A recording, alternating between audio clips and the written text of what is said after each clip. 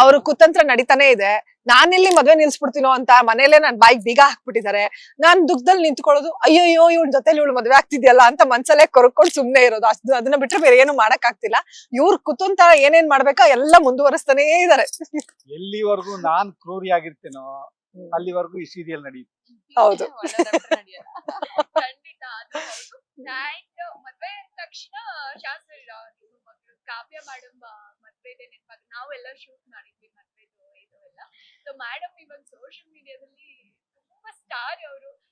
ಬೇರೆ ಬೇರೆ as a choreographer ಆಗಿ ಕೆಲಸ ಮಾಡಿದ್ದಾರೆ, ನಟಿಯಾಗಿ ಕೆಲಸ ಮಾಡಿದ್ದಾರೆ, ಅಂಡ್ ಜೊತೆಗೆ ಇವಾಗ ಸೋಷಿಯಲ್ ಮೀಡಿಯಾ ಸ್ಟಾರ್ ಎಂದು ತಪ್ಪಲ್ಲ. ಸೊ ನಿಮ್ಮ ಮತ್ತು ಅವರ ಬಾಂಡಿಂಗ್ ಒಂಥರ ಖುಷಿ ಆಗುತ್ತೆ. ಕೆಲವು ಸರ್ತಿ ಏನಂದ್ರೆ ಗುರುವಿನ ಮೀರಿಸಿದ ಶಿಷ್ಯರಾಗ್ಬೇಕು ಅಂತ, ಆ ತರ ಅವಳು ತಂದೆಯನ್ನ ಮೀರಿಸಿದ ಮಗಳಾಗಿದ್ದಾಳೆ. ಖುಷಿ ಆಗುತ್ತೆ.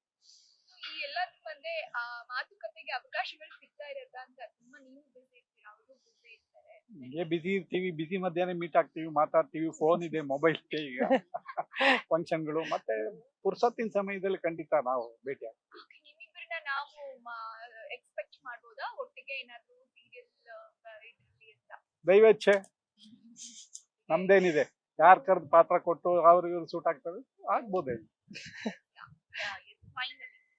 ಸೀರಿಯಲ್ ಬಗ್ಗೆ ಏನ್ ಹೇಳಕ್ ಇಷ್ಟಪಡ್ತೀರಾ? ವೀಕ್ಷಕರು ನಿಮ್ಮನ್ನ ತುಂಬಾ ಇಷ್ಟಪಡ್ತಾ ಇದಾರೆ. ಪಾತ್ರಗಳು ಏನೇ ಇರಬಹುದು, ಅದು ತುಂಬಾ ಕನೆಕ್ಟ್ ಆಗಿದ್ದಾರೆ. TRP ಕೂಡ ಟಾಪ್ 5 ಇದೆ ಧಾರಾವಾಹಿ. ಸೊ ಅಷ್ಟು ಅದ್ಭುತವಾದಂತ ಸನ್ನಿವೇಶಗಳು ಬರ್ತಾ ಇದೆ.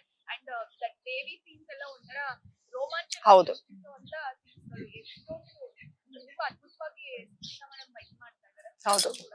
ಸೊ ಅದ್ರ ಬಗ್ಗೆ ಏನ್ ಹೇಳಕ್ ಇಷ್ಟಪಡ್ತೀರಾ? ಒಂದೇನು ಅಂದ್ರೆ ಈ ನಾವು ಮುಖ್ಯವಾಗಿ ಹೇಳ್ಬೇಕು, ಕತೆ ಮತ್ತು ಚಿತ್ರಕಥೆ ಸಂಭಾಷಣೆ ಬರೀತಿದಾರಲ್ಲ ಆ ಟೀಮ್ಗೆ ನಾವು ನಿಜವಾಗ್ಲೂ ಶರಣ.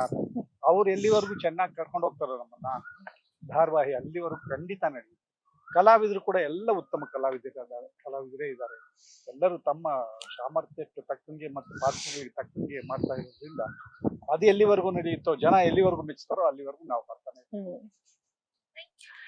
Thank you so much.